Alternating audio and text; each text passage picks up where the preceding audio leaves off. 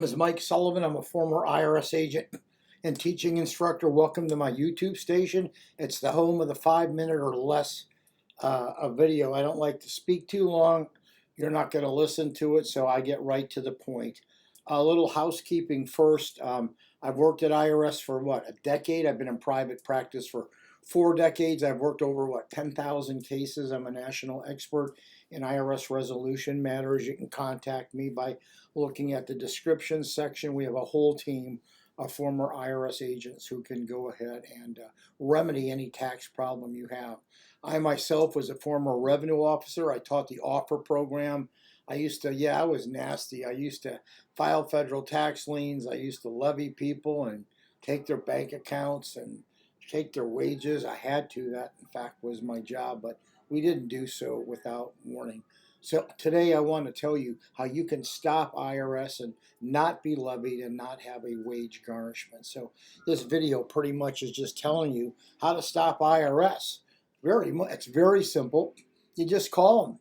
When you call them, you'll actually stop the IRS computer system and give them the information they want. Let me explain that to you because it's very important you hear the second part of this. So IRS creates an account or an assessment with your social security number.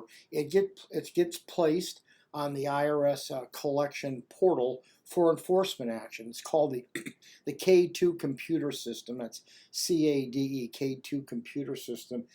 You get put in there, and all systematically a series of bills go out. CP14, 501, 503, 504, and 1058. If you're getting these notices or letters and you're scared, don't hide. You can't, because if you don't, at the end of those letters, they're going to start systemically by computer sending out bank levies and wage garnishments because you simply didn't call them. When you call them, you have to have an exit strategy on the case.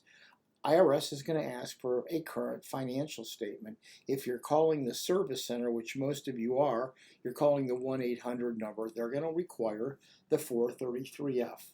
The 433F is the IRS two-page version of their financial statement. They will want it documented. There's two things they're interested in: what assets you have and what your income and expenses are.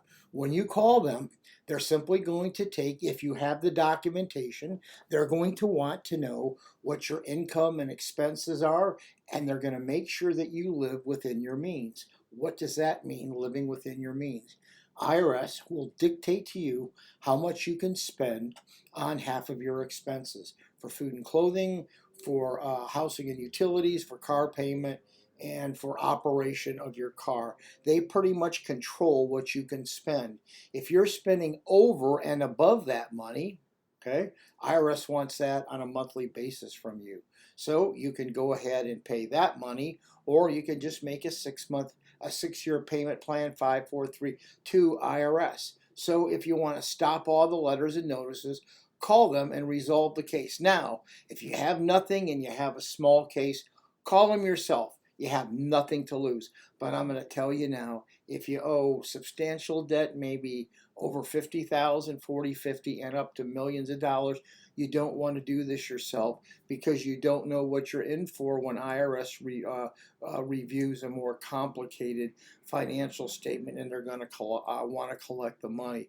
The more money that you owe the IRS, the more due diligence they're going to do. Sometimes the due diligence includes pulling your credit report, pulling in LexisNexis. They can do a lot of things to find out what you have, but the national standard expense test is very difficult. So, and if you don't understand that, don't call them. I'm not encouraging you not to call, because you're either going to call a professional or you're not, but just be aware of the IRS national standards. Remember, they're going to lock you down to have certain expenses, and if you're over those margins, you're going to be making a higher payment to IRS. The 3 ways you're going to end your IRS debt is either by currently non-collectible because you are upside down, by payment agreement, or by offer and compromise, which you can settle your debt for pennies on a dollar. Last year, 18,000 people got their offers accepted, but don't just go run out and do that. There's a whole thing about offers. Don't give your money to anyone until you completely know that program. We're involved. Oh, by the way, make sure you file all your tax returns. IRS is going to insist.